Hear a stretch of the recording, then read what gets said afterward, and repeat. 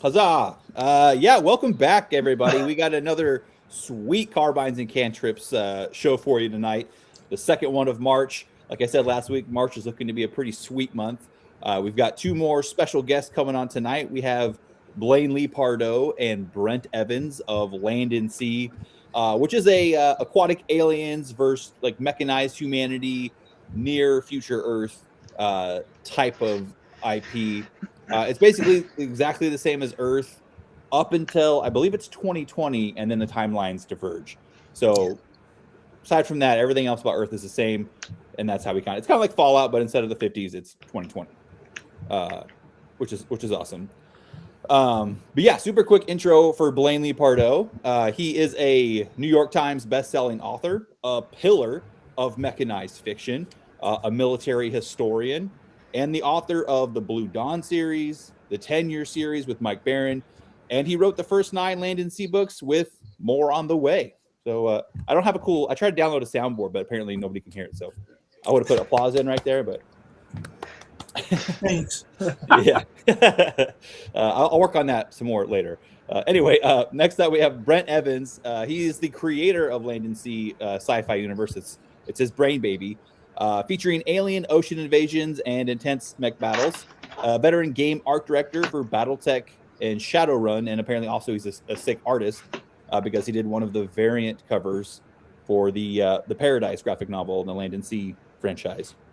He founded Creative Juggernaut, which is the company that owns Land&SEA, to build this multimedia franchise, which includes novels, games, miniatures, and graphic novels.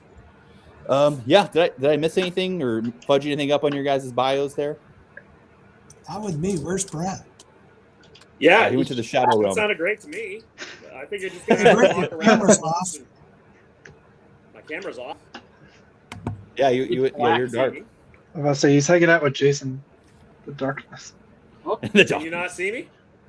I can't see you. Oh, no. He's in utter darkness. That's weird. All right. I don't have. Let me try this. Darkness, everyone. Where'd he go? Uh-oh. Yeah, that did not bring him back. That did worse things. Got rid of him. That made it permanent. No, my technical incompetence from last week has rolled over and affected Bruce and Brent, unfortunately.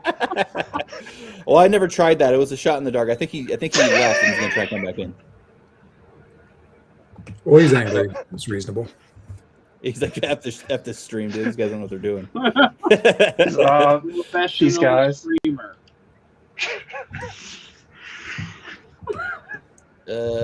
What is going on here? Now we don't have name tags. Can you see me now? No. No. No. We don't have Hey, name crystal tags clear. either. And you listen. Oh my god. Every time you- I'll fix it. Every time you push a button, it gets worse. I'll say that. Let's see here. Theme. It should have name tag. I don't know what. Okay. Well, I don't know where the name tags went. That's so weird. At this point, man, it's Well, anyway. Yeah. Can we hear Brent? Oh, we can still hear him. Hello. Hey, Yeah, I can hear you. Yeah, we can hear you. Yeah, I don't know what's going on. He does really Weird. exist. That's so strange. I could have sworn. Oh, okay. Anyway, because they were just on before we went live, but that's neither here nor there. Well, I'm Bruce. Tyler, you raise your hand in the darkness there. We can see Tyler. Jesse's down there below me. Brent's bottom middle. Blaine is top right or left. I don't really know how the internet works there. And and Brent is just completely in the netherworld, full dark. we haven't been. Yeah, I'm Ben. But not Brent. Yeah. Did I call you Brent? Yes. Oh, I've been okay. Sorry, called worse Ben before. down the middle. We bottom have middle. so many B names, B component of names. Jesse is There the is a lot of B names. Jesse's the only one without a B in his name. You have a B in your name? B? Oh, Butcher, you're right. Gotcha. I was like your first name. I was like, Thus ends the spelling portion of the show. fair enough. You have the break Tonight's in our chat. What's We that? have the great Mallory in our chat. Oh, Oh, hello, sweet. Mallory. Yeah. At least, Yeah, tonight we're probably gonna be. Oh, go ahead. no, nothing. Okay, well, tonight we're going to be talking Paradise, which is the new graphic novel that just ended, or the campaign for it ended. I received my physical copy. I think Tyler, you're still waiting on yours, or I don't know if you're at home or not. But it's been shipped out. People are getting it. Best of the Worst, which is the next Blaine Lee Pardoe book in the Land&SEA series, Yep. which we'll get to that. The tabletop games, which is a lot of stuff kind of happening and going on with that. Every time I hop in the Discord, I feel like I always see a new update in regards to the tabletop game. And if we got time, maybe talk about the alien threat assessment, which is a fun little aid and just a cool little. I think we lost Brent. Yep. No, I turned him off. What happened? You got turned off. Okay. Wait, Oh, I we saw have a a new- picture of something. So something was in there. It's gone again. What is- We have some visual. I think the Houston, we Oh. have visual. I think the Wait. fish got him. The fish got him. Brett, all we The- see is a. There you are. There he is. Hey! Nothing. Hey. Yeah, we can hear It's so- you. Yeah, we can hear you. It's so funny because it was working just fine before I hit go live, and then Yep. Yeah. I don't know what that That was was all about. so weird. I don't And know all of our if we name hit a tags button. disappeared. You broke it.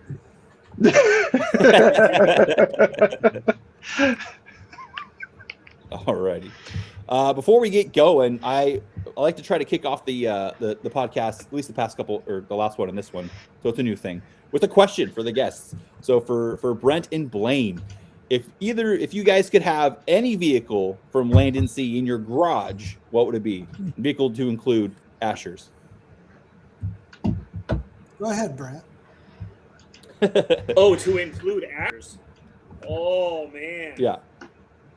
That's tough because I got to admit, like rolling up to QFC in a Jolt would be so epically cool.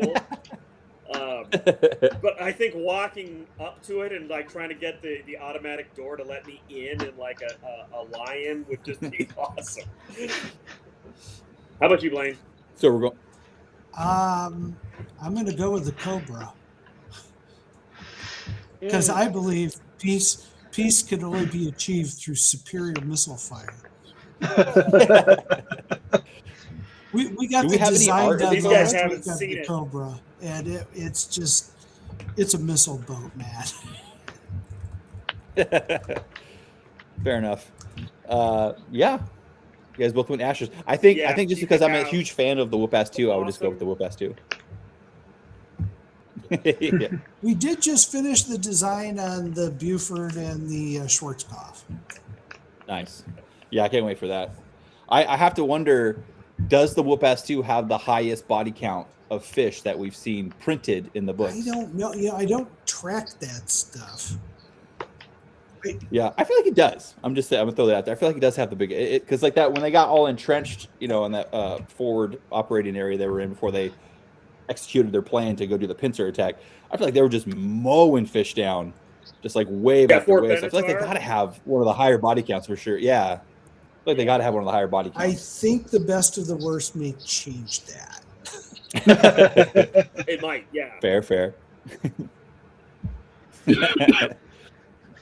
Alrighty.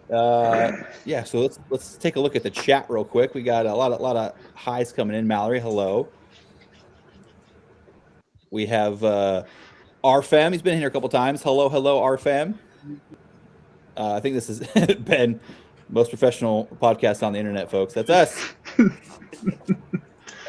And then RFM, Blue Dawn sounds familiar. Yeah, you want to talk about that a little bit, Blaine? It's Just real quick? Second American Civil War. It takes place 5 years after progressives overthrow the government.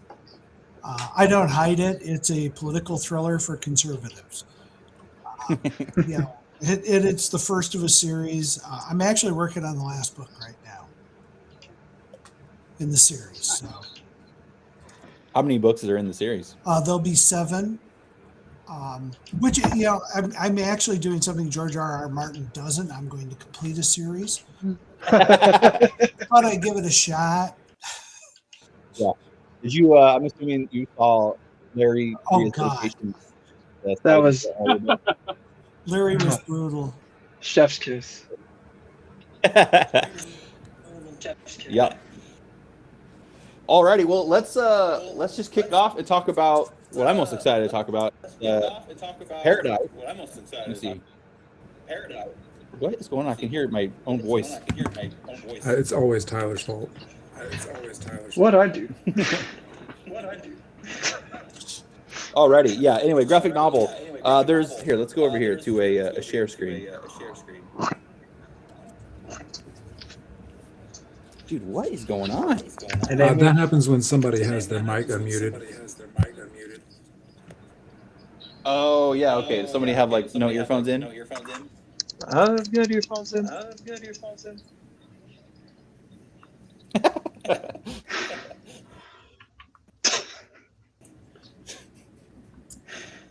Yeah, I don't know how to fix this. Oh. Okay. Nope, it's still there. Okay. I'm going to assume it's Brent because he went off camera again. I'm still here. I have touched nothing. Yeah, again. Like this, it wasn't happening. All of a sudden, now it's happening. No, I It's so don't weird. trust that story, Brent. I lack the technical savvy to even break this appropriately. Well, I guess we're just gonna have to deal with it because I don't know how to fix it. Yeah. Endure. Yeah. Anyway, let me pull up the Indiegogo screen real quick. Jeez, it's so hard to focus.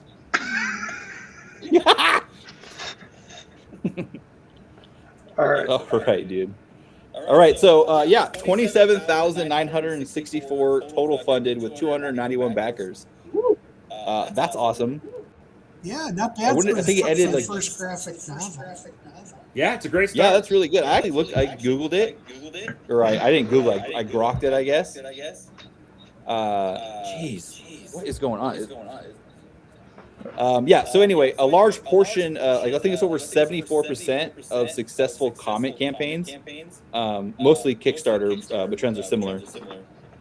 Raised less than $10,000. So you guys crushed that. That's cool. Yeah. It was fun. Yeah, it helps that we had an amazing artist. Yeah, and a good. We had a good script to work off of too. So. Yeah, and there's really no one else competing in the space of mecha comics. Like, there's just not a lot of original mecha stuff. Yeah, Brent won't say it, but the BattleTech people haven't put one out yet. Yeah. I Not don't since think they will. 1982. How come Brent's the only one who's not echoing? Yeah, that's very curious. That usually means we found our culprit. Oh, is it me? It might be. I don't know. I don't hear an echo when you talk. Well, anyway, we can look at some of the different covers they offer for Paradise here. Cover A. This is the one I got. Yep. By Douglas Franchen, who is also the artist of the interior. Yeah, fantastic artist. Cover B by Tamho Sim. Did I say that right? Yep. Yep. Cover C by Marco Mazzoni. Where's your cover at, Brent? My cover only showed up. You had to get it within the first 24 hours. That's the only time that the super limited edition was available. Gotcha. Yeah, I love this art. This is one of my. I actually took a picture of this page right here and put it on my X. I love this. Like, I don't know. It reminds me of. I don't know if this is good or not. I'm not a big comic book aficionado, but the New 62 from DC, which I really love. The Aquaman. He's my favorite superhero. Cool. But like French and stuff. I love this art style. Yeah, I was really pleased. I'm also glad that you guys got it colored. Glad that we what? You got it colored. I feel like a lot of the anime that I read is all black and white, and a lot of the graphic novels I've been, well, not a lot. I only have a couple, but It is cheaper to do black and white, and certain art styles it does look good, but it's a little harder to appeal to a modern audience. I hate the way that term has been mutilated. Yeah.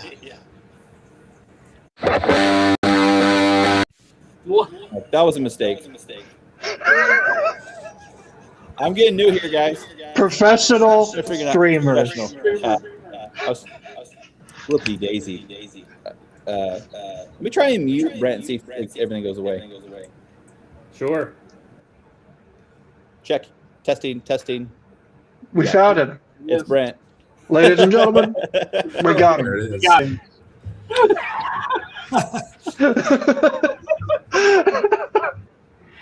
That's weird, man. I don't know what's going on. You got headphones in? He can't respond. Arfem, I turned it back up. Arfem has asked Land&SEA mechs versus drop troopers who wins. I'm like, who's drop troopers? Yeah, I don't know drop troopers. Because I've seen, I assume Rick Paltrow's. I had drop troopers in my book, although they did something else. Rick does some pretty cool stuff, man. Yeah. He's a machine. He writes so fast. Yeah. Maybe Halo ODSTs. Versus Well, that's kind of like what the drop troopers in Panzer are. They just Rick Paltrow's. Yeah, I assume so. They're like 10 feet tall. They have like 2 weapons, but they're really good. Yeah. Oh shit, I don't know. Ours are kind of like somebody compared them to Exo Squad, in terms of their size and stuff. That's not that far off. Yeah, It wasn't an inspiration by any stretch. Yeah, But, I was picturing the mechs from Avatar, like as far as size goes. Something you can kind of like climb up into that's not like huge. yeah. Like he can enter a building. Mm-hmm. Yeah. Well, some of them can. Yeah. Well, if you push hard enough, you can always enter a building. Yeah. Yeah, I'm sure a BattleTech. If you're aggressive enough about it, you're gonna make it in one way. Yeah. Enter the building, destroy it. I mean, either way, you're inside the perimeter. I mean, look, you might have to replace the wall. Yeah, but, it's got a robot-shaped It's not gonna facade take the or building robot down. hole-shaped hole in the facade. It's like Wile E. Coyote going through a wall. Yeah, so I saw with the campaign. Obviously, the campaign's closed, so you can't go and back it and try and get yourself a copy. But I did see there was a note that you guys are going to try and open up like an online store, so people that missed the campaign can go and buy this comic at a later date. You guys have Scott tentative did time? some overprints and is going to make them available. So Okay. I'm looking for, I'm just happy it's out. Because it's a different medium for people to consume the product. Mm-hmm. And, when we started Creative Juggernaut, one of the things we really wanted to do was to not just produce a game, not just produce novels, but really go into anything, be it video games, graphic novels, you name it. So we're exploring a lot of different avenues right now to get the stories out there. So he did some overprints. Are you guys going to keep printing this first volume? I don't know. I think there's a limit at some point. Oh, okay. Well, yeah, I guess that brings me to my next question. Do you guys have a plan going forward for future volumes? Is it going to kind of stick to the crowdfunding or? Brent, do you want that one, or do you want? He is unmuted, so he should, if he's still here. Yeah, we are going to do more of it because the story's not really 100% done. I mean, it's a logical closing point for that part of the arc, but there's more to it. So Yeah. and we're still kind of hammering through some of the things about how we're handling Hawaii at this point. It's kind of a neat playground to have because we cut it off early on at the first book. No one knew what was going on. And now you're getting your first glimpse of what's going on there. Puerto Rico's kind of the same way. One of the last books we had in the cycle chapter, you start seeing why Puerto Rico's been cut off, which was fascinating all on its own. So, Yeah. I mean, I had no idea that the government funded a gamma research lab in the jungle to irradiate various plants and animals to see what the effects are. It's like in the middle of Puerto Rico. And I'm not making that up. It really exists. It's a No, department. no wonder they saw the dang chupacabra there. Real, Yeah, that's real interesting. life I is didn't know almost that. always scarier than fiction. I know, right? Jeez, dude. Yeah, I didn't know that was based on. I just figured that was part of the story. You guys made that up. I know. No, that was it's real. It's easier to use the real stuff. real. Yeah. Well, I'm really excited about that because, I mean, I guess we can do a spoiler. The book's been out for a hot second. The fish don't like going near that facility because it's implied because of the gamma ray. So I'm Right. excited to see where that goes. Me too. We're not going to get fish hulks. No, I mean, we kind of already have so fish hulks. We kind of like got turtles. we got a mutant fish that's a breed that's going to be a problem. going Yeah. forward. I mean, I feel like all of them, to some extent, are problems. Yeah. The wiener fish is the scariest one to me. And the fact that there's humans out there crazy enough to stick it on their body and mesh with the fish, the wiener fish. The phallic fish. Yeah. Obligatory. This world sucks. Like you wouldn't necessarily want to live in it, especially if you live in like LA or like Florida. In law. You're going to get to see Florida big time in the second book of the Black Sheep series, which is already done. Brent's got to read it.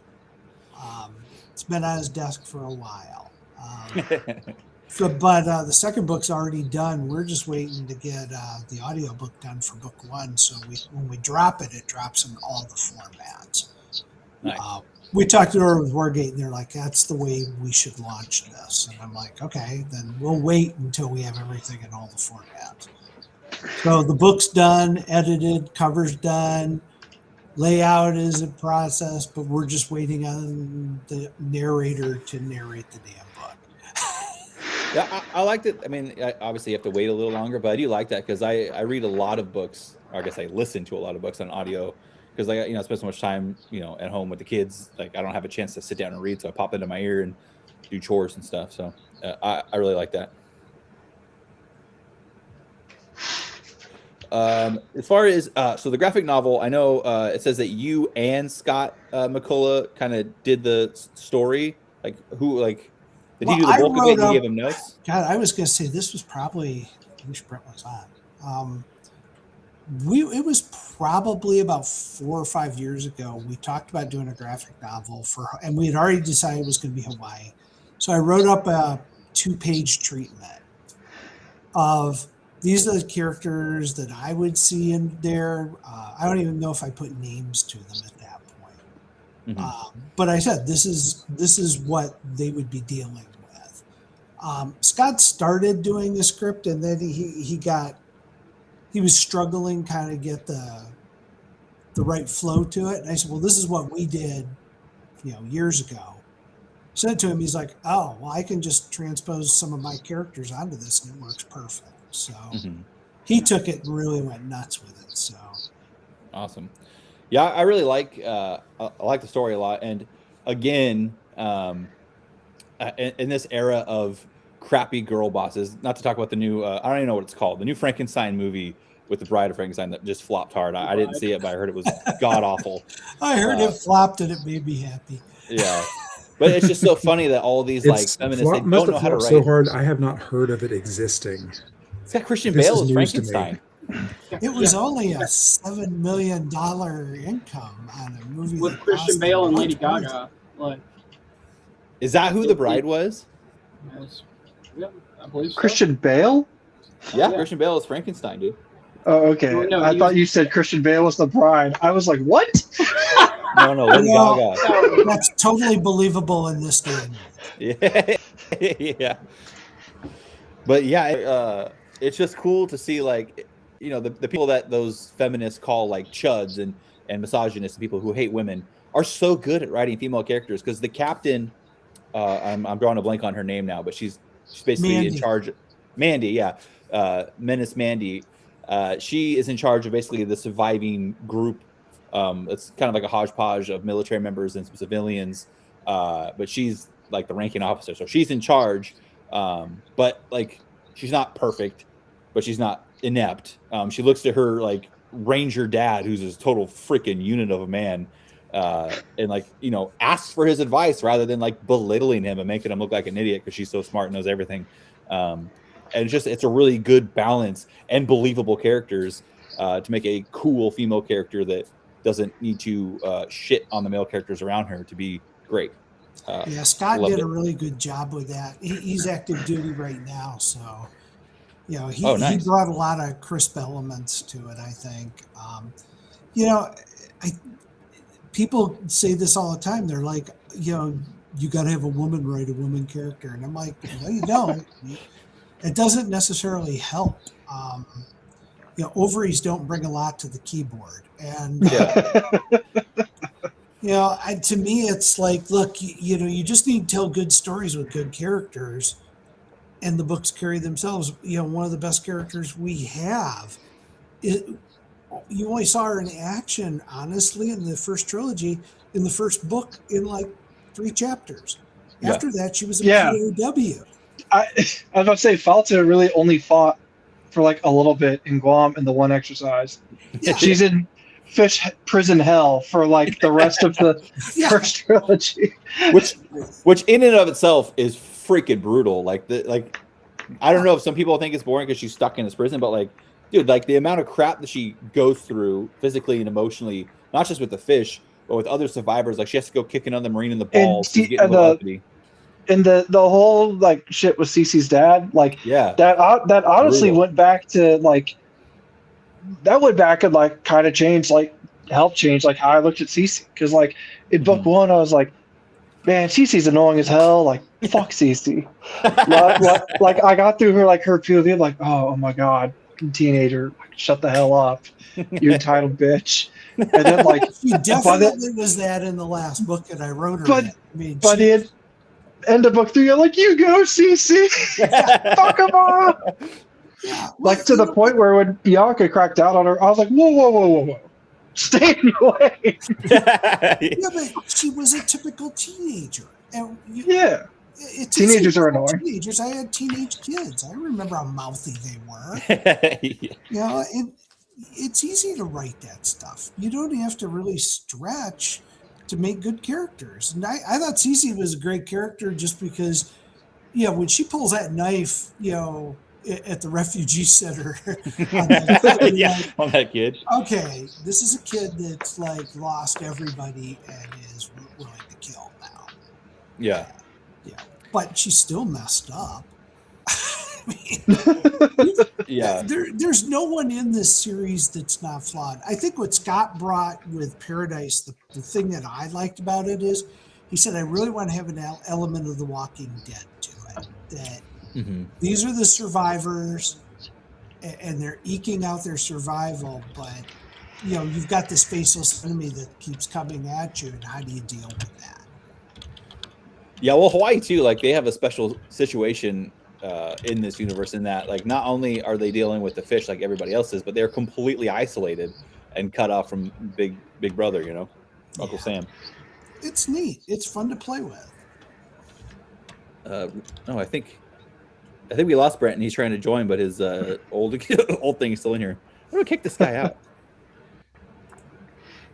Yeah, I mean, Cece's a great character. Falso's a good character. Underrated. I think Georgia in the limited time, the Space Force pilot, the limited time we got her was great. Yeah, I love Georgia's scenes. They were incredibly stressful. Very stressful, dude. I'm a grown man. I've seen combat. Like I was stressed out. We got Brett. Yeah, I know Brett's audio is still having issues, making us echo. Brett, you got to turn down your microphone volume, or maybe we shouldn't have him touch anything. I don't know. I'm sure he has headphones in. I don't know I don't know how it's picking us up. Now it's gone away. No, he's wearing headphones, but they're not plugged in. Is the issue? You know, I don't think it's him. Honestly, I'm blaming Restream on this one. You think so? Because he was just fine until you hit go, and then all of a sudden everything went haywire. Yeah, and that's my true, chat didn't load for like 10 minutes. I'm blaming. Yeah, it could be Restream. maybe. I wonder if I should just because I haven't done the paid subscription yet. I wonder if I should just go to StreamYard. Yeah, I think because Streamlabs is what I was using. That sucked. So maybe I should try StreamYard down the road. Well, I think Scott brought a Professional really streamer. cool element. I mean, people like The Walking Dead, and this has got that vibe to it. You know, Mhm. I like that. Yeah. The hardest part for me was when I saw the artwork and saw what Slade looked like. You know, because in the Yeah. books and in my mind, it's a little bit different, but I can't tell you what to change. Yeah. So it's like, Yeah. it's good. Thank you for articulating that. Right. It's so hard to talk to an artist like that. It is. You can't sit there and go, well, that's not how they look. And they're like, well, what would you change? Well, their face. You're like, You know, and I was like, you know, he looks badass enough in that it's like I can live with this. Yeah. That was hard though, and I would have the same problem if you showed Adam Kane. I would be like, no, that's not how Adam. That's not how I was picturing. Well, we get to see him a little bit on the cover of Cyclones of Chaos. Is that? Yeah, yeah. You just get to see his face, and it's Yeah. in a distance, so it's okay. Yeah. Yeah. Yeah, I really like, as far as the graphic novel goes, I love the way the fish looked. Like the boss looks so cool. The merman looked great. I think we see some crabs too get completely shredded, which was awesome. When But, I saw them, the boss diving in the water, Yeah. that scene was really well. I mean, I was like, wow, that's exactly how that miniature or that model works. Because Brent, when he designed the bosses, they're like triple jointed. Mm-hmm. You know, they don't have normal human joints. They have bendable joints in a lot of different directions, which make them really interesting to move. Yeah. I feel like, so I used to put bosses like above crabs in terms of like threat level, because in the books they're just like, oh, like they're an effing problem. And then you showed the miniature scale. I went, holy shit, the crabs are horrifying. Like I didn't know they were that big. I thought they were like Jurassic Park Velociraptor, not like Yeah, I mean they just are like 10-foot monsters. miniatures on them Delivery alone are honkers, man. With the way the motion is described, I feel like if I saw the locomotion like animated or in some kind of like other visual format where it's like you see the movement, I'd be like, ooh, I don't like that. Yeah. Well, I would tell you this too. Brent created. We were working at one point, and we were like, we're going to have the frogs because we needed just something that was Grunts. easy to mow down. Yeah. And Brent was like, well, we need the Uber frog. We couldn't come up with a name for them, so it was like Uber frogs and Urkai. We went with that, and those things are like freaking velociraptors. Yeah. I mean, they spring at you, and I mean, they literally look like a raptor. They're scary as hell. Yeah. The frogs, because not only are they cannon fodder, all the fish, they have this thing where they don't feel pain. So like they take hits. If you don't kill them, they're still going to come. So that it has like a terrifying aspect in and of itself. But like the frogs, in addition to like if they get close, they can cut you. But they spit acid, and then the uber frogs, I think, are like armored, which sucks. And then you got the dillo. I like the dillos and the frogs. I love the good cannon fodder because like the swarm aspect is always fun to deal with as far as like from a gameplay perspective or from a narrative perspective. Like the idea of getting overwhelmed by a swarm of things that by themselves aren't really that scary or dangerous, but in a swarm are terrifying. I love that. Yeah. That's why I like the goblins so much. The goblins in the snail shells are so good. Oh. Nothing like being eaten. I don't like by that. giant sea urchins. Yeah, they just burrow into your body. Like slow motion bullets. No, I see a Land&SEA cover where there's just like a lion with its chain gun on as like diet. What the fuck? As I had a monitor go out on me. No, like it's chain gun, like as the fucking frogs just swarm like all over. He's just like Yeah.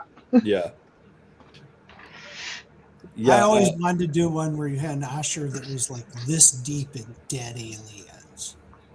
That would go it so still had hard. its arms out firing, but it's like this deep in dead bodies, like piled up around. Yeah. That would be fun. Whole But, new yeah. meaning to ass deep in alligators. But we're gonna get the Florida Man thing in book 2 of the Black Sheep, which has the world's worst title, but I'm sticking with it. Yeah, I saw your blog post about it. Grand crunching pains in the ass. Yeah. I think the audiences are ready for that. I think I agree with you. I think we're ready for that kind of a title. I think we're ready to break some rules. Yeah, I think the last thing I had to mention kind of on female characters is from the last trilogy there with Bianca Cordova. Man, her story arc was so well done. Like the pacing of it, like everything felt earned. It wasn't like rushed or like simple for her to like figure, learn her lesson. Like it took 3 books for her to kind of come full circle.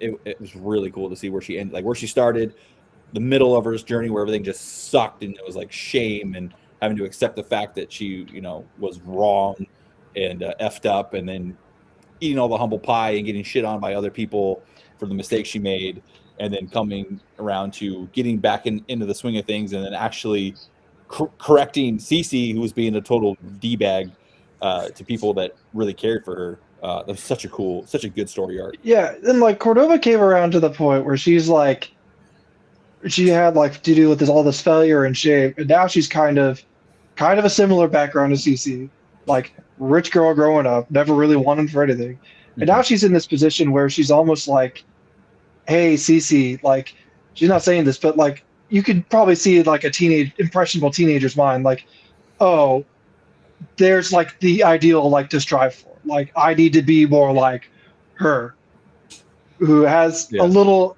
she comes off like she has a little bit of Black Widow DNA in her.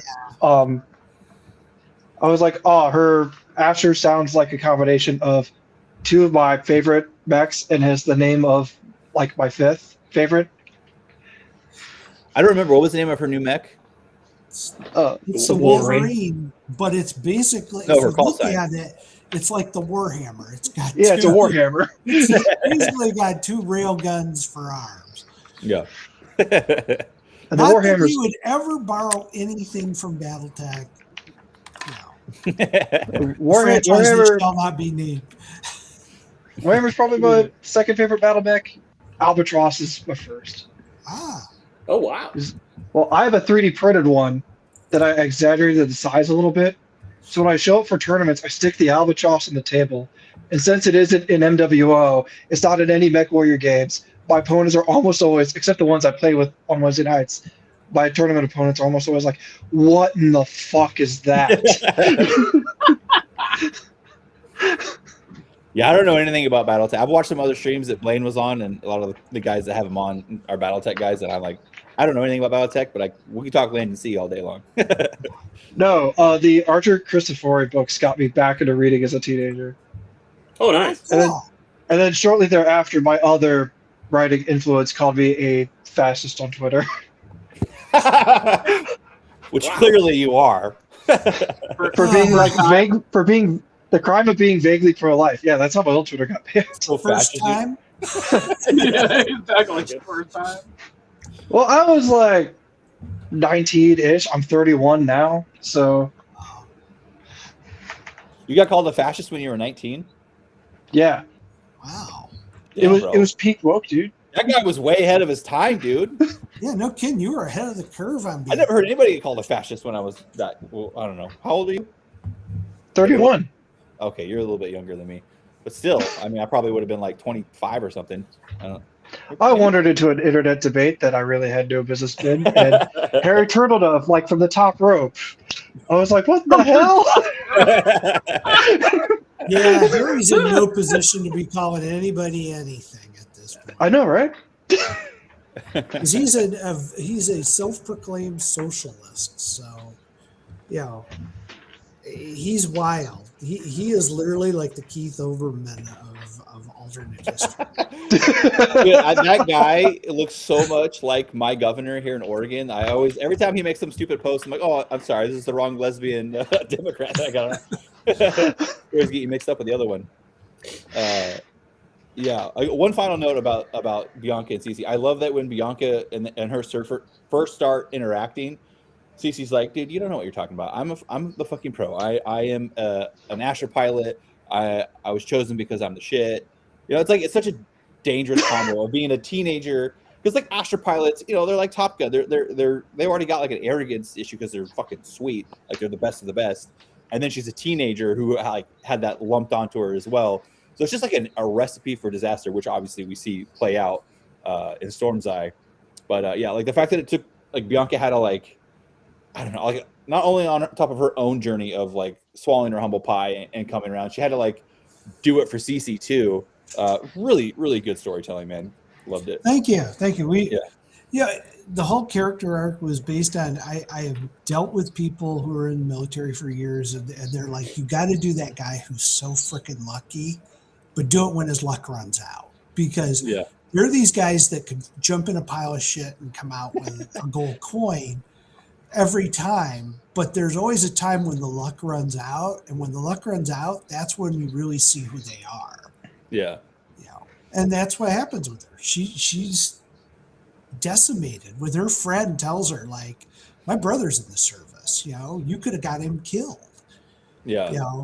That's pretty, that hits home. Well, especially when her friend then tells her own history, but recounted from the person standing next to her, saying, yeah, your parents bailed you out of that, you totally didn't deserve that. Yeah, you suck. Bitch, you suck.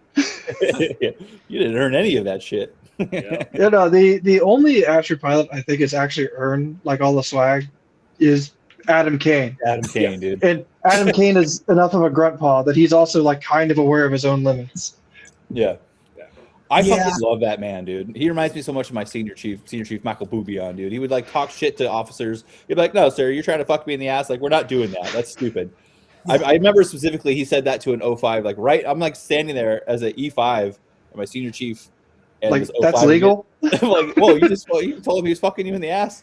Yeah, dude. I love a salty senior NCO. My favorite scene with Kane is in Storm's Eye, because when he sleeps with the dead guy in the railroad car, taking him home or taking him to the ETF, it's like, that's Kane. Kane's old then when those guys came to unload it and they were just like banging it around, like, you stop right there. That, and let's be honest, when he was holding up the director by the throat in an Osher ring, you have to admit. That whole scene where he's like, let me show you how this works. And he's like, just right in front of the president. And I love Felto in that too. Felto just like rolls with it. Felto when she goes, can I just kill him now? Right.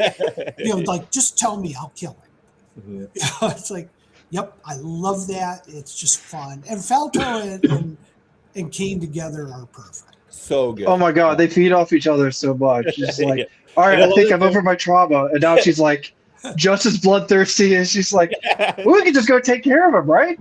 She's like, fuck that. That was actually one of my favorite parts when Blaine told me about his plan for that, because I wanted him to die so bad. Like, this guy cannot survive. I hate it when heroes are stupid.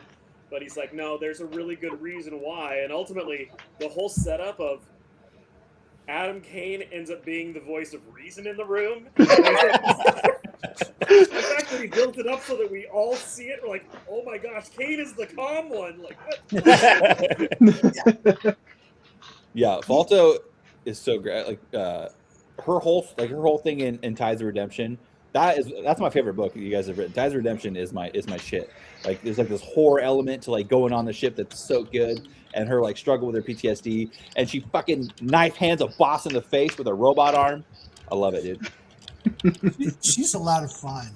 Yeah. I want to party with her. I'd have a drink with her.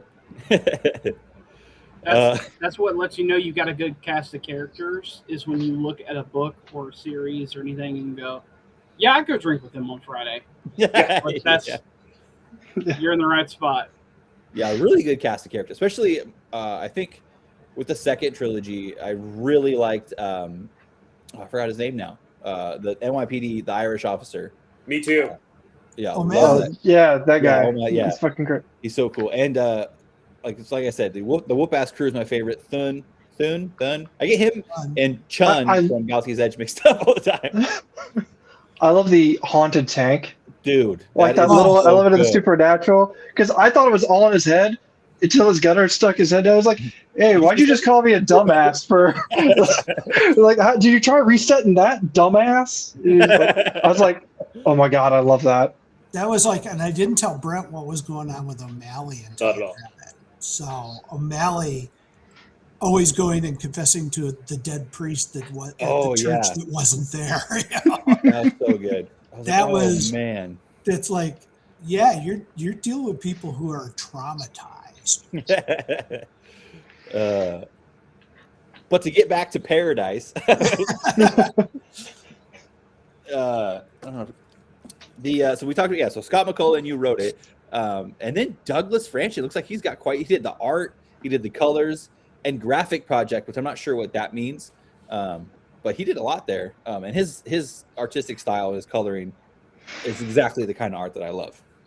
Yeah, that one was really interesting because he was supposed to just do the line art, and then the colors that they had lined up for it, something happened to them about like 3 or 4 pages in, where all of a sudden they're like, I'm sorry, I have to step away from the project. And Doug's like, I think I can do it. And so he ended up doing the coloring, and then like there's a lot of like the special effects bands, like the little extra things, and finding out where you do stuff that's not just a regular font. He really took over all of that. It made the book take longer to get from start to finish, but the quality was just so exceptional. It's like, how do you even criticize it? Just yeah, good job, keep going, you're doing great.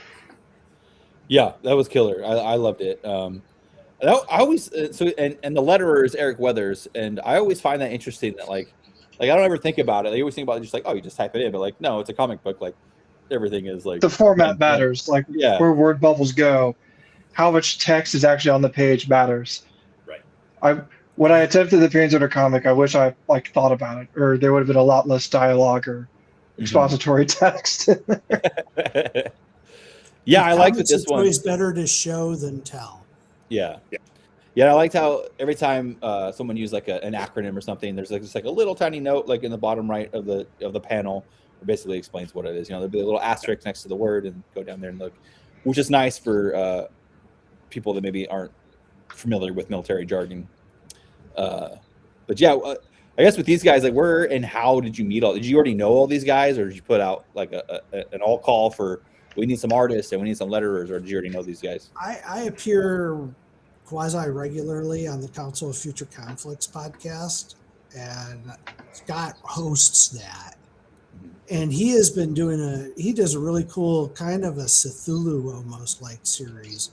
Cthulhu meets the X-Files kind of thing, and the military, called Door Knockers or Door Kickers. Door Kickers. Door Kickers. I just like knockers. Who does it? Amen. He's a man of the people. Yes. And it's really he had done one, and I looked at it.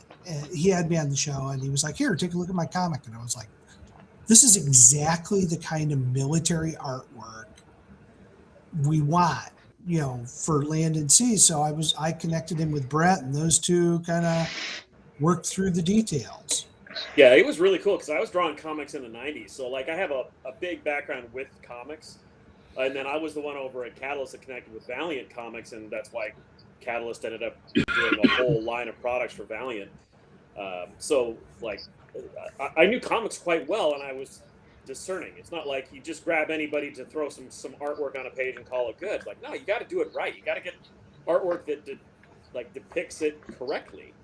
And yeah, when he sent me over Scott's stuff from Door Kickers, I'm like, this is really, really good. So yeah, I reached out to Scott. I said, just so you know, we would love to offer this license to you, but the requirement is that you take your entire creative team from Door Kickers and you put them on this.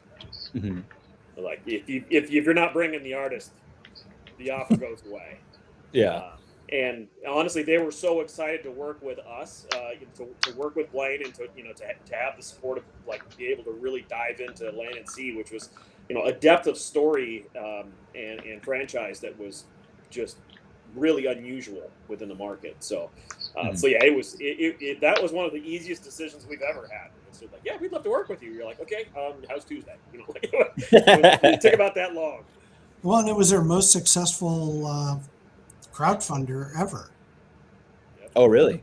So yeah, so this is their third it's good. one. So, yeah. Nice.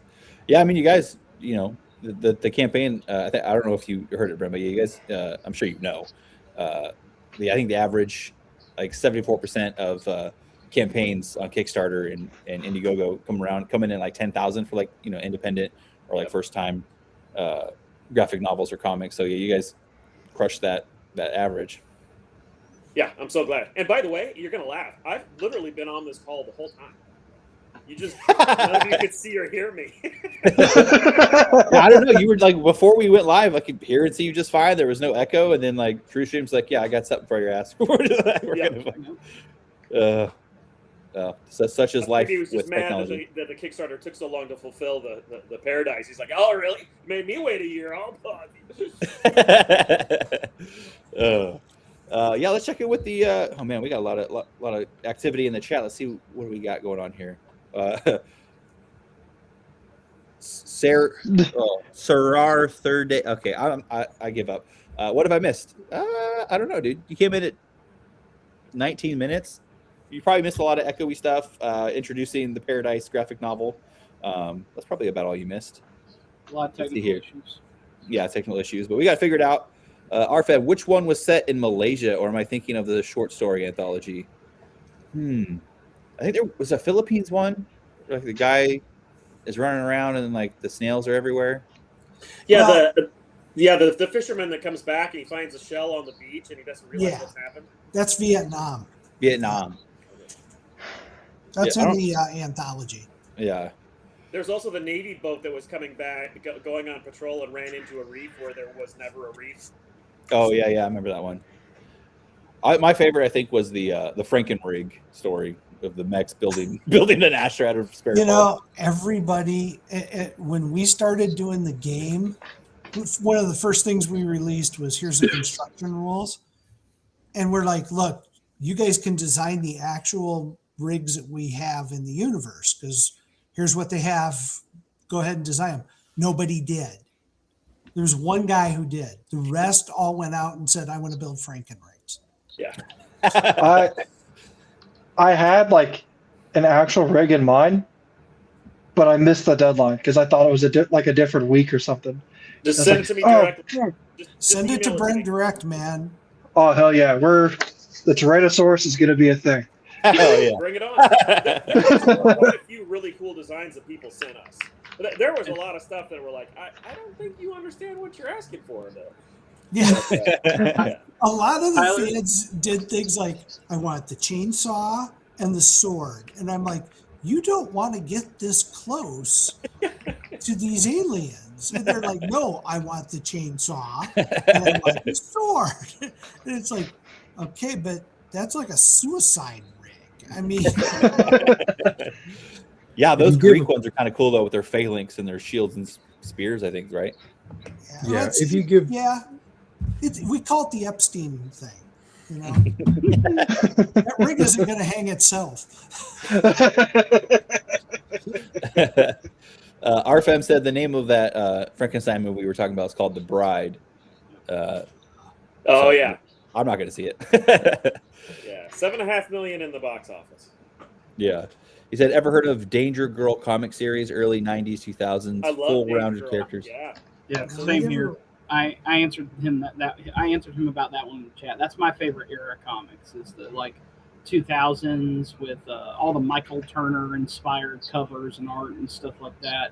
Danger Girl, Magdalena, Witchblade, Tomb Raider, Lobo, Lady Death. That Wildcat, that Cyber Force. Wildcat. Yep. Yeah, I don't know any of that stuff. I didn't start reading comics till I was like in the Navy, and even then it was just like DC stuff. It's a Marvel. I don't even know if you can find them now. If I can find them, I'll send them to you first. Okay. Yeah, honestly, when I was younger, I was kind of intimidated by comics. There's just so many. I was like, I don't even know where to start. I'm gonna sound like an idiot if I go to the comic book store and ask for some comics. But I just never did it, and I kind of wish I would have. But such is life. Let's see here, dude. RFM, another one from him. Frogs remind me of the horror underwater episode of Real Adventures of Johnny Quest. Oh, I mean, I'm sure that's the effect they were going for. They're horrifying and they live in the water. Yeah. And there's like a billion of them. Well, yeah. They're an ecological disaster. Brent's original vision is that they float the eggs into the swamps, into the rivers and stuff. These things just hatch and eat everything. Yeah, that was one of the short stories I really liked. Was when the frogs had all their eggs in. I don't remember what it was. It was some like it was one of our facilities, but they basically a water retention pond. Yeah. Yeah, and that was a great. It was the POV of one of the drone operators of the GRDs. That was a great story. Yeah, it was. Honestly, the frogs. It was such an unusual direction for an enemy. But if anybody knows about what's going on with cane toads in Australia, you realize this is a biological weapon. This is like all of their weapons are biological. They're just at least this is their equivalent of a weapon of mass destruction. Like this is a plague. Yeah, we are going to release this on you, and it's going to be so nasty that if you don't spot how dangerous it is immediately, and you let these things start breeding, you will lose. There's no way for you not to lose. Yeah. Are they invasive to Australia? Yes. Oh yeah, the cane toads. Yeah. In fact, They're basically a disaster. They know that every week that they'll roughly lose somehow they'll like another I think it's 1.5 kilometers a week. They continue to push in across from their initial introduction zone. They started tracking. Look at the pythons down in Florida. It's the same thing. It's like native. Yeah. The difference though is that the cane toads, they're so poisonous that the natural predators that would wipe out their part in the ecosystem, they eat them and they all die. They all die. And the so only solution is all the adults eat them and die. It's the little crocs that eat them, get sick, spit them back out, and then they know not to eat them anymore. But all the adults, they eat them, gobble them completely, and they died. So yeah, there's this weird learning curve, but they're now tracking that like the predators in Australia are learning not to eat the cane toads. Yeah, really the only solution is we got to import Cajuns to eat them. Louisiana would fix it. They'll eat anything down in Louisiana. Look at Australia, man. Like their native species suck, and their invasive species suck. I remember I was like hanging out with this one Australian one time, and he was talking about like they go on like feral cat hunts, and I was like, "What?" He's like, "Yeah, bro, I got all these pictures." He's like, show me a picture of him holding like a dead cat. I was like, "The fuck, bro!" Australia, man. So I know I gave y'all a pitch earlier, but could we get like a Steve Irwin with the serial numbers filed off, like Nature Doc on the aliens, trying to get info for like a threat assessment or something? Hell yeah, that's the Uber frog, right? Yeah, the fucking Urukai frog, man. F them things. That's one of the things I love about LAND&SEA is everybody's got different names. We even see it in Paradise, like when they go to Hawaii, because Hawaii's been cut off, so they don't know what the rest of America's been calling the fish, so they call them crabbies. Every country's got their own word for it. It's really funny, dude. And anybody else wonder why the boss in Hawaii isn't black? Did anybody notice that? Oh, I didn't even think about that. I just figured it was like a huge thing. But yeah, you've said so. One of you said before they're based off a real thing, which fuck that. That's horrifying. And B, I'm sure whatever lives the real thing that near Australia, the DNA base is different. Are you gonna tell us, or is it like a secret for like a spoiler thing? Well, it's the first time we see it. It's the first time you ever see a boss retreat. That's I don't know. It ties to redemption when that thermo barrack bomb goes off. Everyone's like, "I'm getting the fuck out of here." Yeah, well, they're but does that count? Does that count as a retreat? Not blown up, I think, doesn't count as a retreat. And I'll point out that I did call the fracturing of the British and American alliance way early.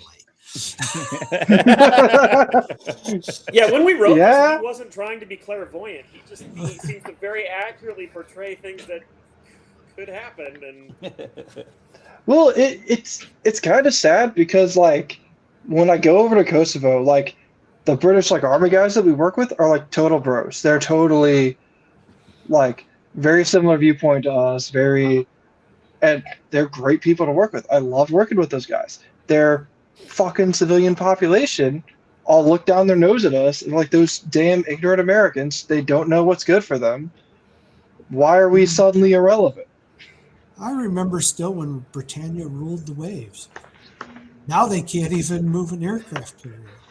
This is awesome. They don't even rule the Mediterranean. They got to ask the French for a toe. Lord Nelson is turning in his tomb. Well, are they installing like a Islamophobia czar? Like, give me a break, dude. Yeah, wow. It's weird. Yeah, it's. But modern warfare gives us some things to look at for LAND&SEA too. Yeah. Well, to move on to best of the worst, I guess. We're wrapping up Paradise. I guess what is? I know it's kind of based off a movie, I think, Chris. Like, what's the premise of these stories? And have you ever seen the movie The Dirty Dozen? I'm lame, and I have not seen it yet. All right. Well, you have a homework assignment. Yeah. This is there's a great line with Chesty Puller that he said during World War II. He said, "Take me to the brig so I can see the real Marines." And that was kind of the core for this. Is they're so strapped for personnel that they start going to the brig where the Marines are locked up and saying, "We will erase your criminal record if you'll be assigned to basically a penal unit." And this is a story of one of those squads that's assembled of various criminals and degenerates, but they're Marines, so they're trained killer degenerates and criminals. And they're clearing their record by getting back into the war or getting into the war for the first time. So it's like, hey, you could sit in the brig and eventually the brig will get overrun and you're going to get killed here, or you can at least have a fighting chance and get in the field. Yeah. And it's the battle for Camp Lejeune. The fish come at Camp Lejeune like you wouldn't believe. Where's Camp Lejeune located at? North Carolina. Right on the coast. The butt end of hell, if anybody's ever been there. What's that? It is the worst place. You sound like you have some experience. Oh yeah, my job. I never served, but I trained soldiers everywhere, and by far my least favorite. Yeah, it was even worse than 29 Palms in the middle of summer. It was Camp Lejeune. It is just swamp misery. But it's kind of fun to do Marines being absolute Marines. Yeah. So they are, I'm very true to the Marine character. They steal, they cheat, they do whatever it takes to get ahead. You've got some officers that are kind of conspiring against them that kind of hope their little project will fail. You've got a number of just badassery things going on, and they fight brutally. They're stranded on a golf course at right off Camp Lejeune at Pollock's Point, and they're surrounded for most of the book. Hell yeah. And what I like about it is, look, if you've never read LAND&SEA, you don't have to start with the first trilogy. You pick up the best of the worst.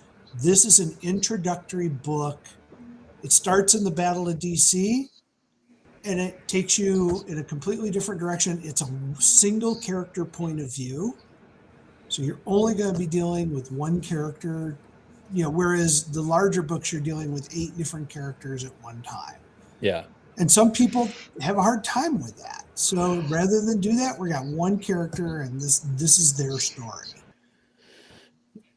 Yeah, I've seen people complain about, or not. I haven't seen people complain, but I've I think I've seen like a blog of yours, or maybe it was talking about best of the worst, where people are kind of sounded like they were complaining about too many characters. But me personally, I love one because all the characters are so unique, and like it's not hard to keep track of which characters which. Like they're like I get to like any one of their chapters, I'm like, okay, I know what I'm in for, and I feel like I know these characters, so it's not hard to like keep track of what like the characters. So it's super easy. So I really, and not only that, but it gives you like this full like 360-degree view of this conflict and all the different perspectives. So personally, I love all of the multiple POVs we got so far. I'm not saying I would also like a single POV. Like, so I'm excited for this book, but I personally love the big cast of characters that we get because we get so many cool characters. And I get to blow up Camp Lejeune, so we're going to have one guy on this call who's going to be happy with that. And like the multiple, and like with the multiple POVs, like they're woven together so well that after book one, I never felt like I was like, oh my God, like I need to hurry up and get back to Falto, or I need to hurry up and get back to whatever Kane's doing. Yeah. Like whoever's VOP came up, words mean things. POV came up. I was like, oh, cool. Like, what's going on with them now? Like, I was never like, all right, I gotta get back to. Occasionally, when I'm stressed out for a character, I will be like, okay, like, I gotta get back to that. Like that last book with CC getting too big for her britches, I was a little stressed out. I was like, all right, we get back to that. One of the cool things when Blaine was, first of all, over all the projects I've worked with Blaine over the years, no one ties together a big story arc like Blaine does. He just, there's just nobody.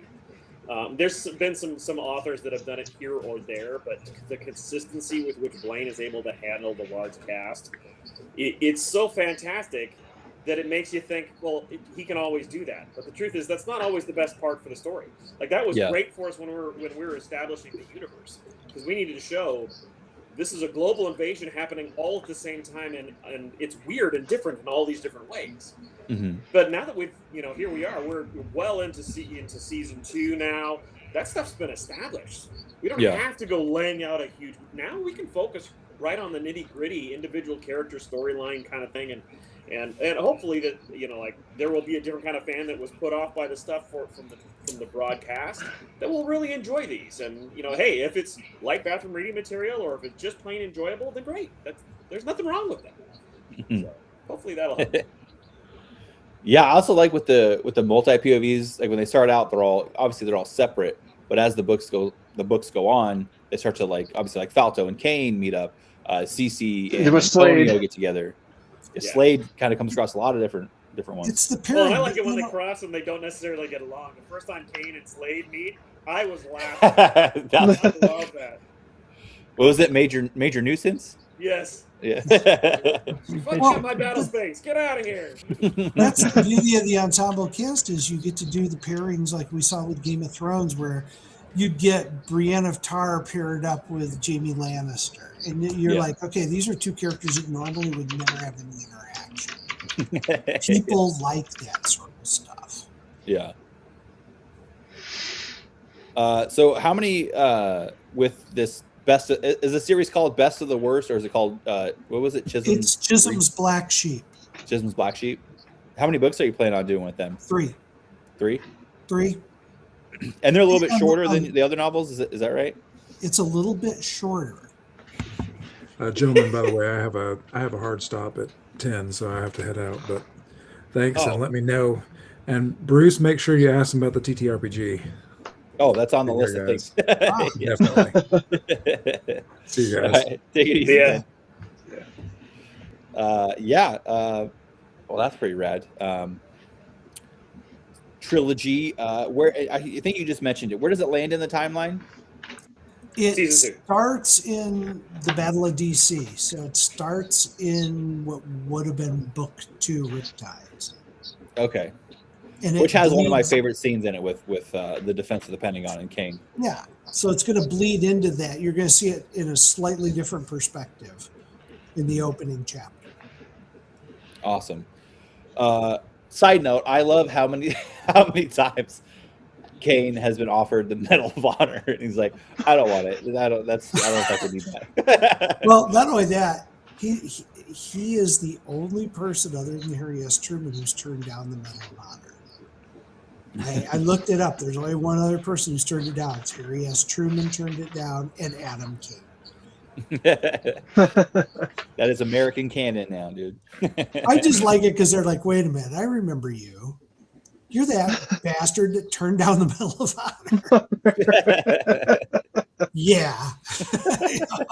I love how I don't know, all of his interactions with like the incompetent officers or just like the ones that aren't really like in it to win it. I love all of those. And the fact that he's like this Medal of Honor, I guess not recipient. I mean, he guessed he received one. Did he got one like before the war, right?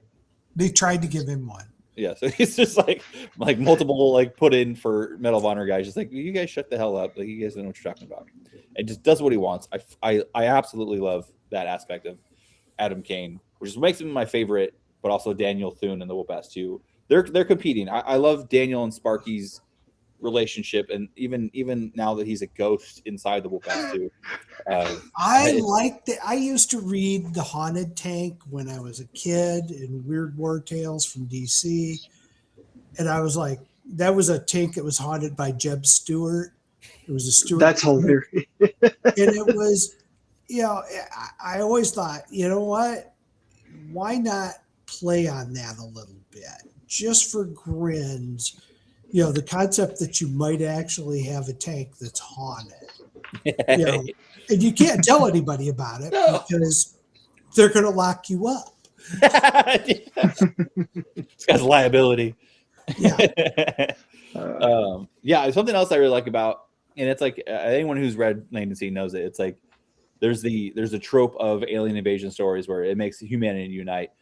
Obviously, Land&SEA does the opposite. Like people are still playing political games. Oh, no one's united. Countries are still trying to jock for the upper hand. Corporations like Jay Drake are still trying to come out on top and profit from it. Yeah, but like it's even like down to like the officer level. Like you said, officers are out here in your new Best of the Worst series, kind of rooting or maybe even doing things to try to get this program to fail. Like, shouldn't you be trying to get every asset on the field to win? Instead, you're worried about whatever optics or I don't know what the angle is in the books. I haven't read it yet, but like they're just the fact that they're like hoping or doing something to try and make that program fail is just, it's so human, I guess. Everybody plays politics. Yeah. Yeah. I mean, had I read that as a teenager, I'd be like, would there really, in the middle of all this, be guys who are still like, let me undermine my own soldiers to say, I told you so? After over a decade in the service myself, I'm like, oh yeah, there's absolutely officers that are that petty that they would undermine people in their own command. Yeah. Well, and it's interesting. I think Blaine set it up really, really well at the start of the series. It was a peacetime military. Peacetime militaries are very different than wartime militaries. Yeah. So it's going to take a while to weed out the idiots. Yeah.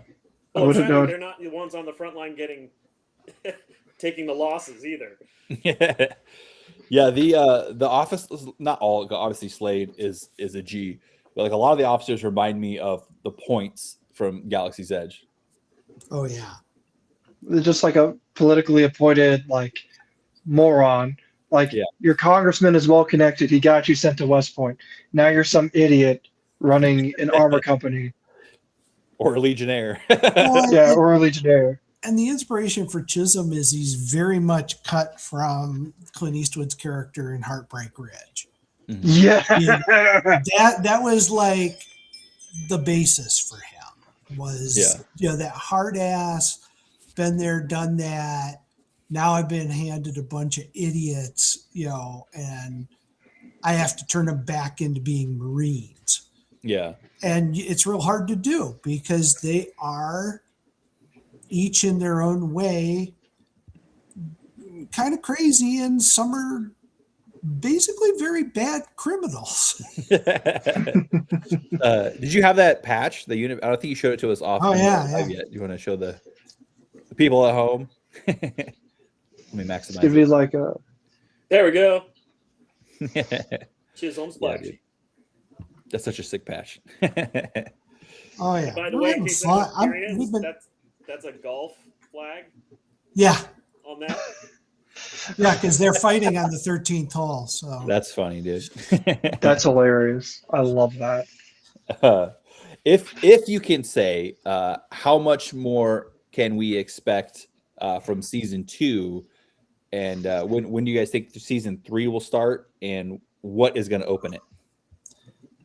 The goal would be to do season 3 starting sometime next year. Mm-hmm. We're going to do a couple. We're going to do an anthology next, which I'm kicking off. I've been just starting going through the second book about Chicago. Got that from Declan this weekend, so I've started that today, going through it, and it's huge. I mean, it's a big book, Mm-hmm. but so that'll come out. That'll be part of season 2. We want to do a series about the militia units. Oh, okay. And what we want to do is have different writers come in and each one take a militia unit and talk about how they got formed and show them at least go through a battle or two, in short story form, Mm-hmm. or a full novel, basically. So, each person, we have a list of the militia units. Pick the one you want to do.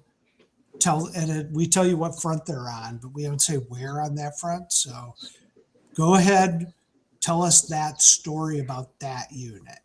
Mm-hmm. Because, the Savannah I Knights, volunteer as tribute. hey, you're getting the first shot at this because we haven't announced it anywhere else. So Oh, hell yeah. Exclusive. We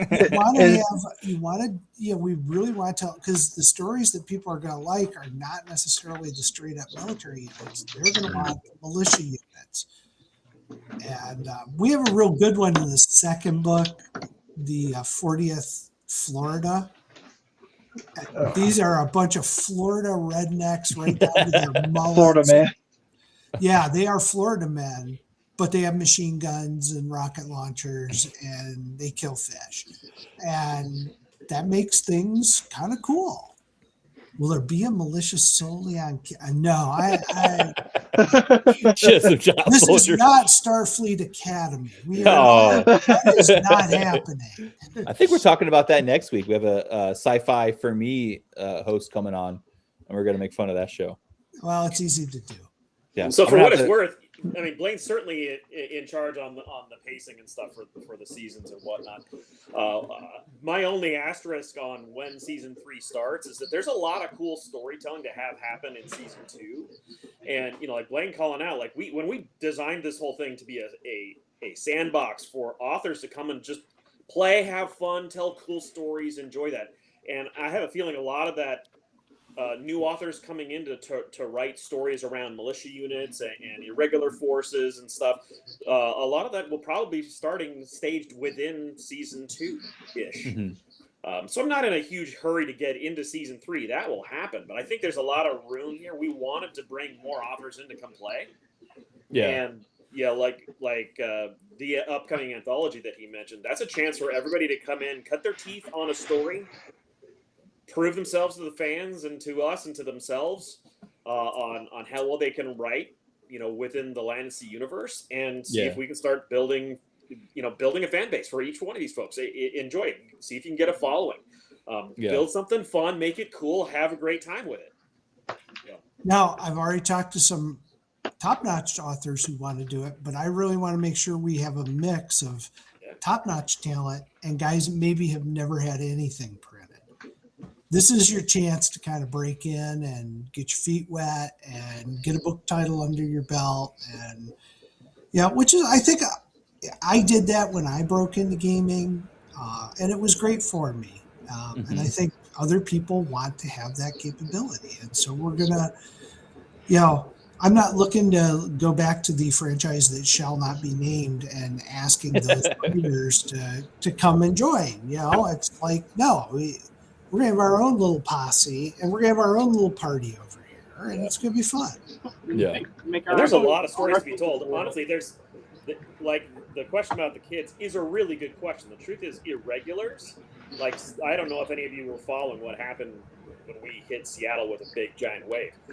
Seattle is a mess. It is not a flat area at all. There's no way to secure that border and to keep civilians out.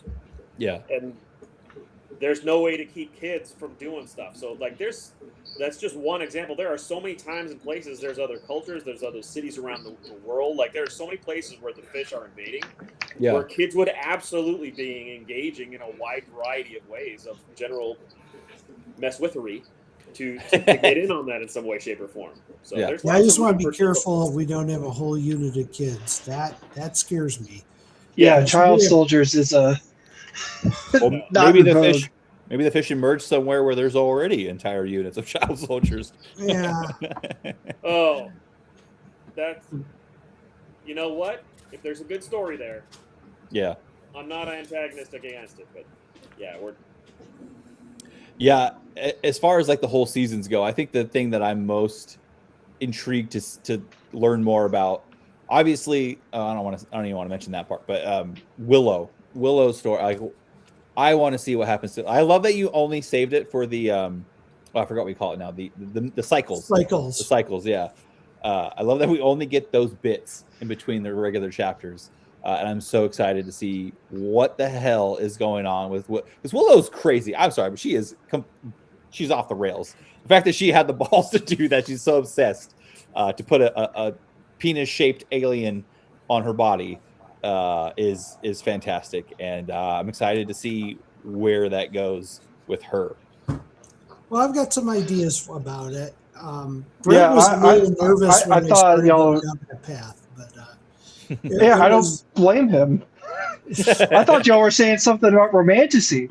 Like, man, like, No. It was far worse. yeah. I think the biggest concern of it is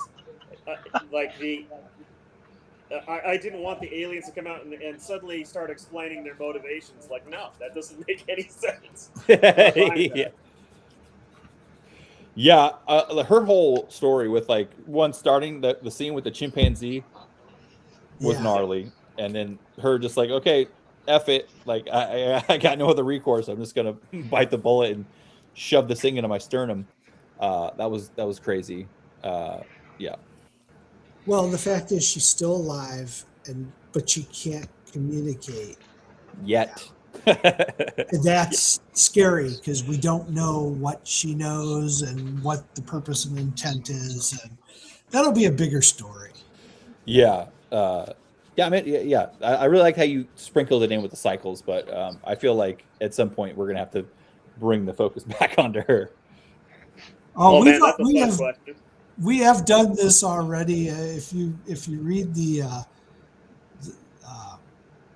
there's the anthology had the fifth battle of Beverly Hills, you get a cult going in to go. Oh, we're gonna go worship our fish brothers. I'm gonna shake the bells at you. Yeah, I for one welcome to fishy overlords. Fish cult. That's Ratchet's Run, right? Yeah. That happened. Yeah. Y'all have that warrant officer in your back pocket. That's a loose end. Yeah, like something nefarious is gonna come of that. Oh yeah. Y'all don't end it like that unless you have something nefarious planned later. I have a plan for them. I don't want to ruin it, but I do have a plan to follow up that book at some point. I just knowing that there's a follow up. Okay, cool. Because I was not like, only is there a follow up?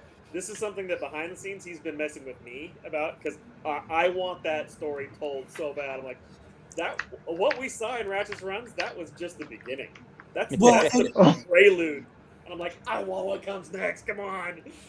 You're really gonna like, because like certain characters do pop up in other stories. The coyote appears in the Black Sheep. Remember the guy who was the sponsor? The shady arm dealer. He makes like a very faint cameo appearance in the Black Sheep, which is just, it's like, well, how'd you get this part? Well, I negotiated with this guy, traded him 6 cans of food, and then he contacted this guy. He contacted this guy on the West Coast called the Coyote. Yeah, and it's it means you also realize that he was in the background pulling stuff on Cyclones of Chaos. Yeah. So. Yeah, there's some really fun stuff. I love playing with these characters because you have this rich ensemble. I can plug them in anywhere. Yeah. Yeah, and like we even see that. I think the cutthroats show up at the very end of Ratchet's Run. Yeah, cutthroats show up at the end with an Abrams. Yeah. Two. Yeah, I can't. We're getting Two close. items. We're over our time, but I got to ask before we go. I have some tabletop questions. I even got a 3D printer for Christmas, so I can start printing some of these minis out. Nice. Oh, you're gonna have fun. Yeah, I know. I'm so excited. I really want to print the lion up. That's my favorite Asher is the lion so far that I've seen. Although the honey badger in Paradise looks freaking sick. But yeah, I saw in the Discord that we got some new updates. You guys put out some terrain pieces for us. That's pretty cool. That's the beginning. Yeah, we're going to be doing quite a bit of terrain as we go along the way because we want you guys to be able to do it. Yeah, the blasted Jolt is a piece of terrain. That's so funny because I was at the Dollar Tree and I went and bought like this little fake police car, and then I smashed it with a hammer and I lit it on fire for a little bit, and I primered it. And that was going to be like my terrain piece of a wrecked car. I love We that. have a bunch of these too, the little Jersey barriers. Yep. Mhm. Those are great because you could stack them and Yeah, and I think I saw in the comment that like you guys have, there's different files obviously with different like damage aesthetics on them, with different Yeah. bullet holes or acid erosion or whatever. That's pretty cool that you guys did that. Did I see that? I don't know if I'm remembering this wrong. Do you guys have like a product pack out? Like you can just go buy already printed ones? No, we did a very limited selection of. There's a number of folks who want to do play testing, Mhm. but didn't have access to 3D printers. Gotcha. So we arranged. Right now, the producer is producing the prototypes for us. So they're going to produce what's going to end up being 25 packs. Oh, okay. They're already spoken for. So yeah, I announced it to the Patreon backers and to whoever was doing playtesting stuff. Go ahead and let me know by this date so I can get the order in. And yeah, so that's what those are. Gotcha. So with the playtesters, how's the feedback been from them? And like, have you guys made any like massive changes to the system based on their notes? Not massive changes, no. Just a whole lot of clarifications of things. Oh, okay. So yeah. You want to answer, Blaine, or I can jump in? Well, we have tweaked a few things. We were doing a more traditional scenario thing, and we started brainstorming based on some of the feedback, and we decided to do a card-based system. So there's a deck of cards for the aliens and the fish. You draw your scenario card, I draw my scenario card. You don't know what my objectives are, Gotcha. and I don't know what your objectives are. And so we engage, and it gives you the capability to really kind of craft how the aliens act and gives you some really interesting scenario combinations. Hell yeah.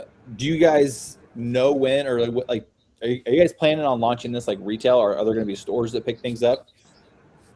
Well, hopefully eventually. At first, though, we're going to launch it all through. The plan is to do it through Kickstarter. Oh, okay. So yeah, expect a Kickstarter campaign this summer, and expect to have it in your clutches by the end of the year. Nice. And that's going to be, I guess, how big is that box? Is it going to be like a That'll be our Warhammer core Combat box. Patrol or full? Yeah, so that'll be the core box and one expansion is my expectation on that one. Mm-hmm. So that would be the Lion. I'm sorry, that'd be the Rhino for infantry soldiers and a GRD for the human side, and then three crabs and a fox on the alien side. And the expansions are you can also get a lion, you can also get a boss. Okay. Very Cool. straightforward. That's your starting point. This is our level 0. So. Nice. And I don't know if you guys mind, because I already had Eric on twice. So if people want to go back and kind of the second time I had him on, he really got in depth on the A system. But would you mind kind of just explaining real quick like how the A system works? Well, it's really very simple. You have a simple 2-hit number, in this case 5, or less. So it's different than most game systems where you're trying to roll high. You're trying to roll low.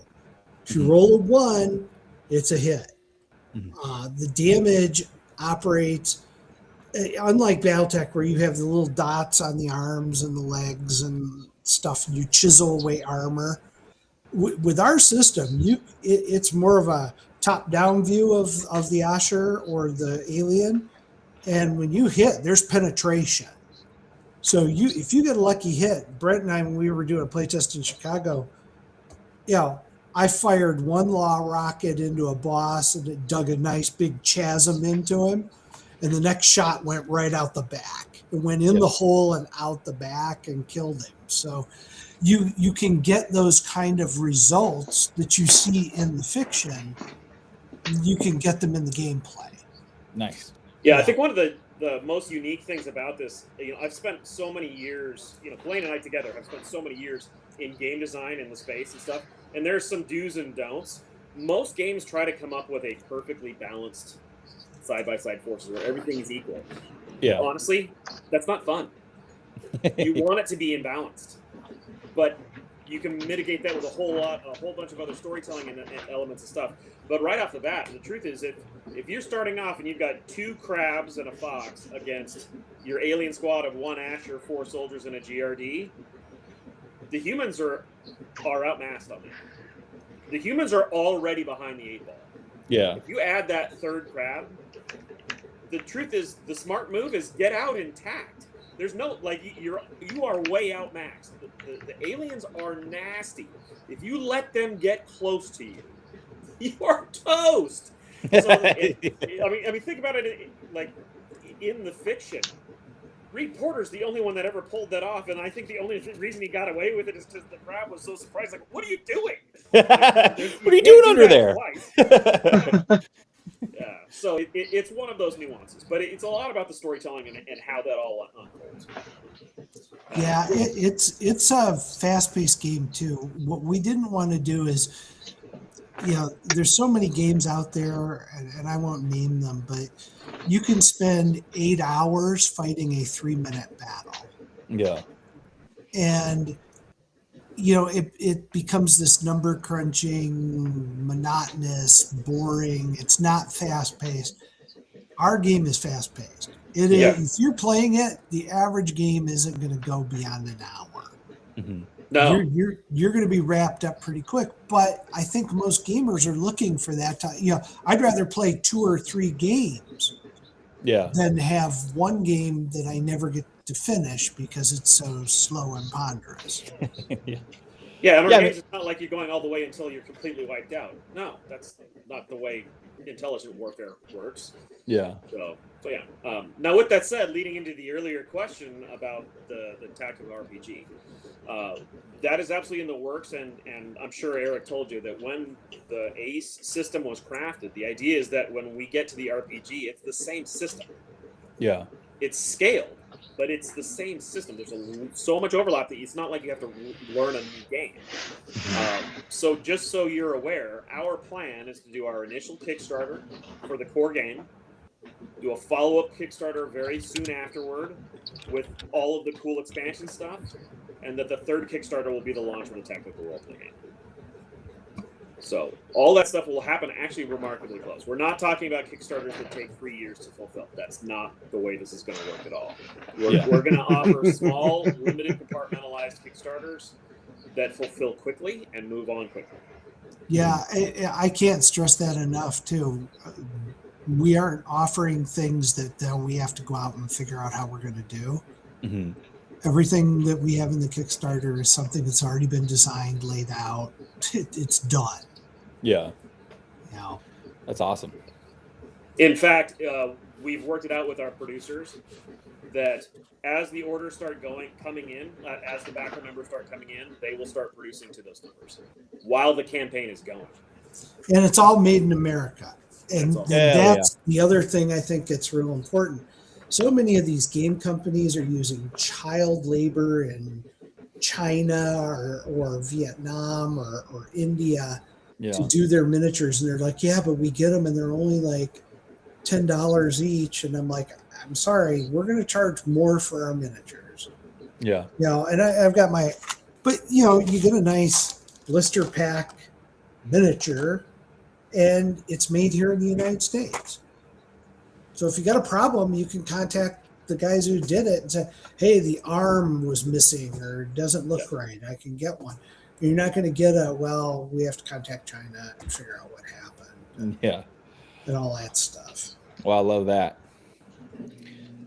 I guess my last question for this is, do you guys think the ACE system will help separate Land&SEA from like other tabletop games? I don't know that separation is really a goal. I think it will make it really accessible. Yeah.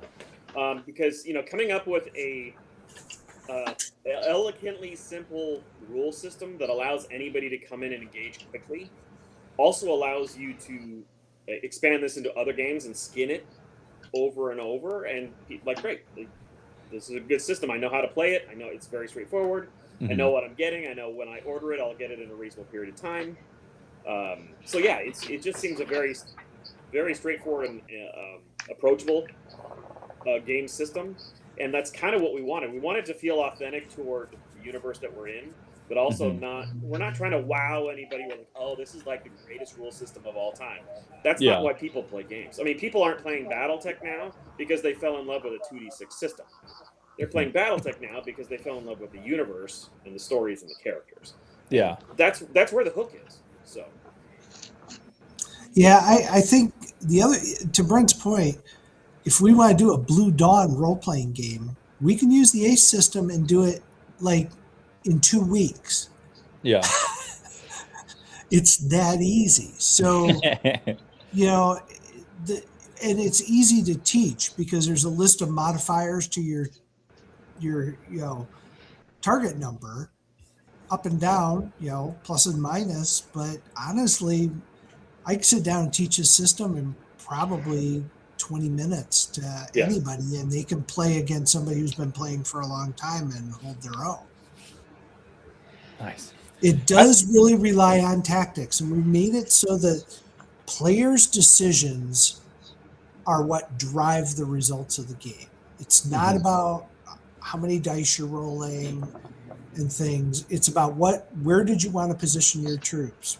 What do what's your strategy here for dealing with this particular scenario? And, I want players to feel like they have control over it. There's too many games I play where it's like, okay, you just grab a handful of dice and roll, and it's like, it's all random whether I'm doing something. I want something where my decisions are going to make a difference. Yeah, I like it. That's cool. Yeah, if you guys are watching this video now or later, if you want to know more in-depth information about this game and its system, go to my live section on my channel and go like all the way to the bottom. As I said, Eric Crew was like the first person I interviewed, and I had him on twice. So the first one, we kind of just talked about the game overall. And in the second one, we specifically talk a lot more about the ACE system. So if you guys want to check that out, go watch those 2 streams. And he gave a lot of great information. But yeah, do you, Tyler, Jesse, you guys got anything else you want to ask Blaine and Brent? Or chat? Not only that. I'm curious about maybe some Antho stuff. Because anytime. Yeah, I'm in the same boat. Not on the live stream. Yeah, right. I don't want to broadcast. I don't want to broadcast my ideas to the world. So. No, right. What did I do with it? Oh, I had one last thing before we say thank you. The alien threat assessment. Correct me if I'm wrong, but you guys put the Gulf of America in here, right? I think it's mentioned. Is I it? think we did. I think you did. Yeah, I wouldn't be surprised. Yeah, I love like that. something we would do. But yeah, if you guys are getting into Land&SEA, this isn't like a story, but there's really cool. There's like notes from the field, so there's like testimonials from soldiers who, basically, it lines up with whatever alien that you're currently reading about, and then there'll be like a little note from a soldier that dealt with that specific alien. So it's really cool. That book. I love that book. So I have one on my desk. I mean. Yeah. It's such a cool product. I use it all the time because it's a great prime. If somebody says, "Well, think about writing for Land&SEA," it's like, here, this tells you all about the aliens and what we know. Oh, I forgot to mention this. I also saw on your blog, Blaine, that my name is going to be in Best of the Worst. I don't know what my character is going to be, but I'm going to be in there. Well, Well, let's not get too excited. There's a lot of bodies. I hope that I die horribly. I'll just put that out there. Anything's possible. But yeah, I think that's all we got for tonight. Man, I love talking Land&SEA. As you can tell, we went 40 minutes over our usual stream time. But sorry, I don't know. I know, Blaine, I think you're on the East Coast, so sorry, I know it's probably late for you.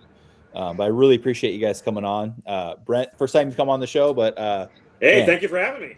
Yeah, thank you for inventing Land&SEA. I love it. You know, I got my swag. Love the gear. Yeah. I love it. I don't have a shirt for it, but I'm a big fan as well. I'll let you stay. Yeah, but super excited to see what else comes out. I can't wait till we get the best of the worst and Chisholm's rejects. I can't remember what you called them, but yeah, I want to read all those crayon munchers. And yeah, I'm excited for season 3 and see where we end up going with this franchise. It kind of just keeps getting crazier and crazier as we go. So and Paradise, yeah, dude, if you missed the campaign, they haven't put it out yet, but when the online store goes, there's a few extra prints. Go try and scoop it up because it's a really good story and the art kicks friggin' butt, dude. I'm glad you like. By the way, we are currently planned to do 4 graphic novels in this Paradise series. So that's the first. There's much more to come. Awesome. Is this all gonna be the same kind of Indiegogo Kickstarter kind of thing? Or crowdfund? I don't know. We're trying to arrange for angels to fly down and deliver them by hand. I'm not quite sure we'll be able to pull that off. Well, we got to get a hold of O'Malley and see. He probably knows some people. Yeah. Speaking of angels, you better check your emails, Brett. Okay. Yeah, the coyote might show up at my door with the Paradise graphic novel. Exactly. Yeah, the coyote gets hands on some cool stuff. But yeah, thank you, Blaine. Thank you, Brent. That was awesome. Next week we got I don't know, some sci-fi stuff going on. But anyway, yeah, thank you guys. This was awesome. Thank you, chat. You guys were awesome tonight. Appreciate it. And yeah, everybody have a great night.